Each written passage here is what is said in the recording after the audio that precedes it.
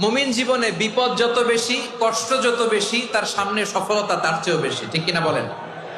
কারণ বিশ্বাসীরা জানে রাত্রি যত গভীর হয় সুবহে সাদিকের সময় তত আগাতে থাকে। গর্ভবতী নারীর পেটের ব্যথা যত বাড়তে থাকে, ঘরে নতুন মেহমান আগমনের সময় ঘনাতে থাকে। মুমিনদের উপর বিপদ, অত্যাচার, আপদ, পরীক্ষা যত বাড়তে থাকে, কালেমার পতাকা উড্ডয়নের সময় কাছে আসতে থাকে। বিশ্বাসীদের এগুলো হিসাব মিলানো অনেক আগে, এগুলো অনেক আগে হিসাব মিলানো।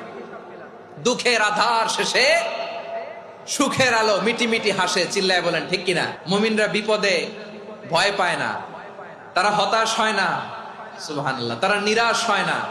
বিশ্বাসীরা হাল ছেড়ে দেয় না, তারা ভরসা রাখে একজনের উপর, চিল্লায় বলতে হবে তিনি কে।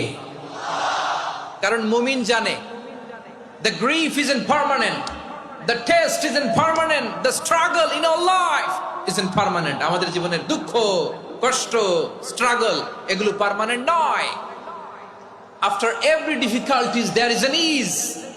সব কষ্টের পরেই একটা সুখ আছে না নাই? রব্বুল আলামিন বলেন ফা ইন্না মাআল উসরি ইউসরা, ইন্না মাআল উসরি ইউসরা। ভয় পেও না, চিন্তা করো না, কষ্টের সাথেই আমি রেখে দিয়েছি স্বস্তি। সুবহানাল্লাহ বলেন। দুঃখ যত বেশি, পরীক্ষা যত বেশি, কষ্ট যত বেশি, সুখের সময় তত কাছাকাছি, চিল্লায় বলতে হবে ঠিক কিনা? এজন্য মুমিন জীবনে পরীক্ষা বেশি, মুমিনদের হতাশা নাই। মুমিনরা নিরাশ হয় না, হতাশ হয় কাফিররা। মুমিনরা কখনো হাল ছেড়ে দেয় না, মুমিনরা ভরসা রাখে একজনের উপর, তিনি কে?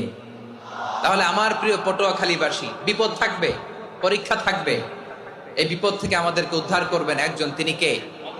আমরা শুধু আল্লাহর উপরই ভরসা রাখবো। রাজি আছেন তো? চাইবো একজন সত্তার কাছে, আওয়াজ করে বলুন তিনি কে?